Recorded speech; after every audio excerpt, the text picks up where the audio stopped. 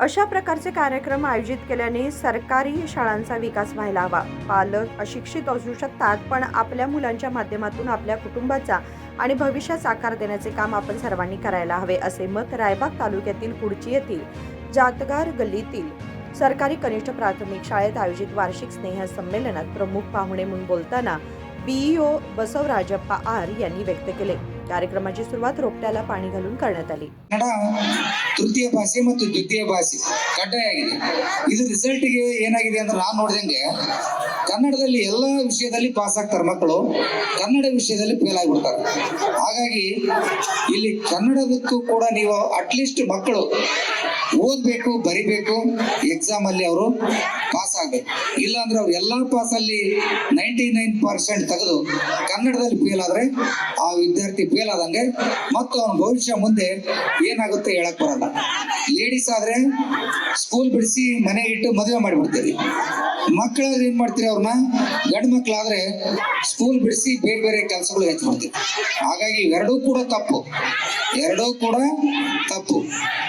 ಹಾಗಾಗಿ ತಾವೆಲ್ಲರೂ ಕೂಡ ನೀವು ಕನ್ನಡ ಅಟ್ಲೀಸ್ಟ್ ಪಾಸ್ ಆಗ್ಲಿಕ್ಕೆ ಶಿಕ್ಷಕರು ನಾವೆಲ್ಲ ಕಡೆಗೆ ಅದನ್ನೇ ಹೇಳ್ತಾ ಇದೀನಿ. ಪಾಸ್ ಆಗಕ್ಕೆ ಏನ್ ಬೇಕು ಅದನ್ನು 1ನೇ ತರಗತಿಯಿಂದ 10ನೇ ತರಗತಿ ತನಕ ಕನ್ನಡ ಓದಿರ್ತಾರೆ, ಆದ್ರೆ 10th ಅಲ್ಲಿ ಫೇಲ್. ಒಂದು ವಾಕ್ಯ.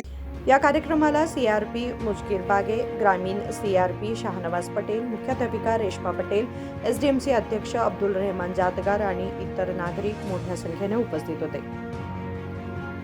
Bureau report KMM Marathi, Belgaum.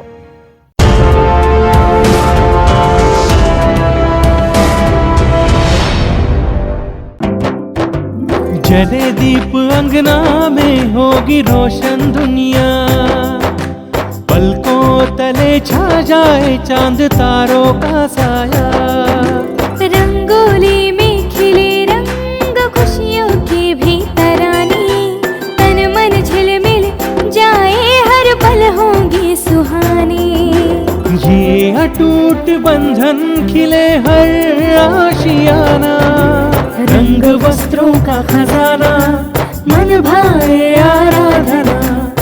आराधना मारुति गली बेलगाम, मन भाए आराधना.